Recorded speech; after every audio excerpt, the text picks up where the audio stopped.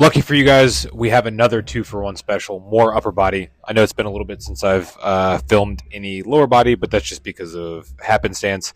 I just haven't been able to with time. I've just been getting the sessions done, not really any time to set up a tripod, film, all that kind of stuff. So obviously still training lower body, but just haven't been able to film it. So I got 2 back-to-back bench days. As I mentioned before, I added in a third bench session, which is right in the middle of the week. So this is on Wednesday, February 11th. So I already had my previous upper body day, which is on Sundays. I have my kind of secondary or new upper body day on Wednesdays, and then I have another upper body day on Thursdays. So you would think that the Wednesday would affect the Thursday, but so far it really hasn't. It's actually what's the word? I don't know. Facilitated that Thursday a bit better. Even though I feel a little sore going into Thursday, I just feel more ready, feel more alert. Everything just kind of feels better getting underneath the bar. Pullovers, I was actually extraordinarily sore after this day. I did those pullovers, and then later in the session, I did the lat prayers. Normally with the pullovers, I've been using them more as a mobility exercise. I mean, I've still been using it as a lat exercise, but more so as a thoracic mobility exercise. But this day was the first day where I really kind of locked into, all right, I'm going to use this as a lat exercise and a mobility exercise, try and be equal about it. Did those lat prayers later in the session, and man, it was the most sore my lats have been in years. Here's some grip work. I've been doing grip work on off days to help facilitate some rehab for my bicep tendon. So I figured I would film it. It's nothing crazy. I'm just doing some plate pinches. My grip has always been notoriously bad, so it's actually been helpful adding those in for a rehab standpoint. It's just been adding to my all-around lifting. So post-rehab, I will probably keep in some grip work. This is, again, a third bench day. Trying to push the volume, get into some kind of old-school intensity methods / bodybuilding methods. So I have straight reps, normal reps to partials in the bottom. So if you've ever watched any type of 70s, 80s style bodybuilding, 90s style bodybuilding, you'll see a lot of those kind of partials on the bench press in the bottom. I really like it so far. Like I said, I think it's facilitated well, for lack of a better word, into my Thursday bench session. So here we are with some lat prayers. By the way, I apologize if you hear some deadlifting going on in the background. That's what that noise is. Hammer curls, been slowly pushing up all of my curl variations, trying to add in some frequency, some volume, just trying to get the bicep tendon better. It's been feeling better.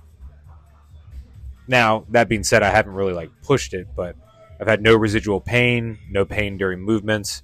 So it's either chalking it up to it's actually healing, or I'm just really staying away from movements that have traditionally bothered it. Got in some conditioning work. As I've talked about before, I pulled back on my, quote unquote distance running in favor of some high intensity interval training, some HIIT training, if you will. Got that idea from John Jewett. So that's worked out well because, as I said before, I absolutely hate running. So this was Thursday, February 12th. Hit a PR on this. Hit a 245 incline bench. Previously was 225, so we had a 20-pound PR, so I was very happy about that. This was 225 on the back downs. I did this for sets of 4. This was my previous max, so I did this for sets of 4, so I was very happy about that. And then just to get some more volume and knowing I wasn't going to continue to get sets of 4, I backed down to 205, and I did sets of 6 on that. So all around, benching has vastly improved over the past 2 to 3 weeks, probably 2-ish weeks. So we're going to ride that train until the wheels fall off. As I've talked about before, my main goal right now is to enjoy training with the state of my life, which is not bad by any means. It's just high stress, got a lot going on. If I prioritize the enjoyment, consistency goes up, which consistency has never really been a problem. The consistent effort goes up is a better way to say it.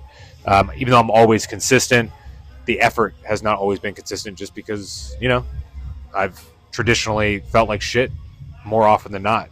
And honestly, over the past 6 months, I felt really good. Yes, there are sessions where I don't, but more often than not, I actually feel good. So I think, unless you're a high-level competitive lifter, I think prioritizing the enjoyment of it and not getting so bogged down by the numbers and getting so bogged down by following a strict progression leads itself to better effort, better consistency, therefore better gains.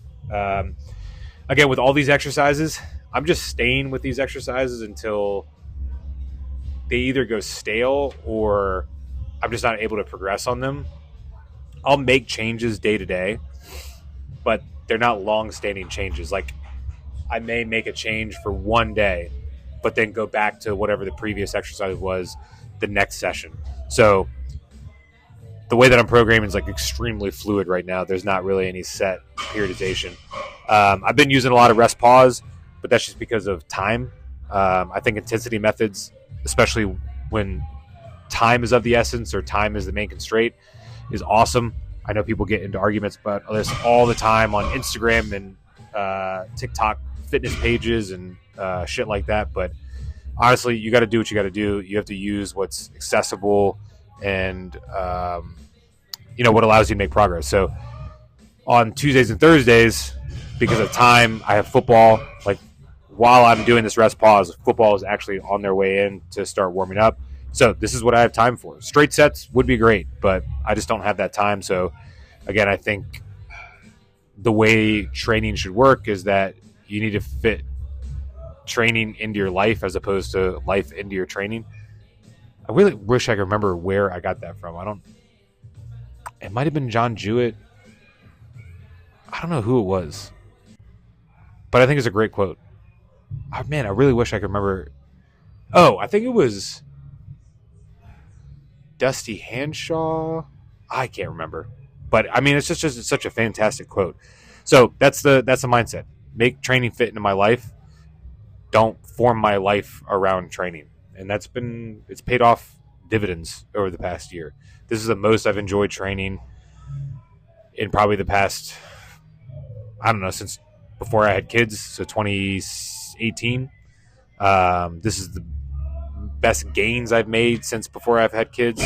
So, as another famous quote, don't take life too seriously or you'll never get out. A little Ferris Bueller for you.